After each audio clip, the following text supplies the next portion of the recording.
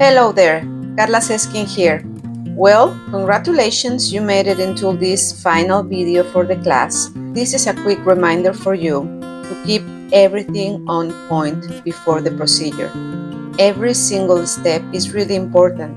The design, keeping the lines from the outline very thin, stretching the skin while you're prepping everything around the brow area.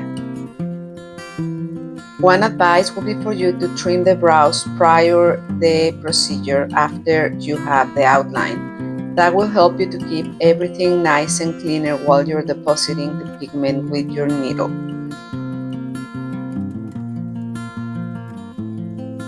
Also, keep in mind that you can start the procedure either from the tail towards the head or from the head towards the tail, but whatever you do, you must repeat in both brows.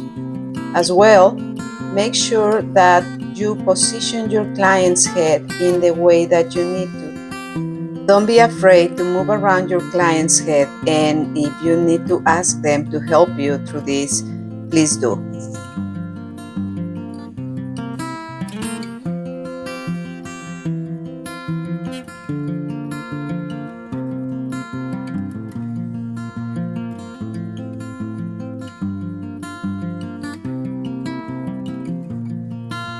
Please remember to stretch the skin and keep it taut at all times.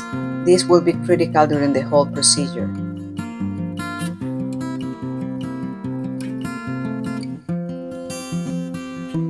Make sure that you explain your client the proper aftercare instructions. If you need to explain by demonstrating it yourself, please do it.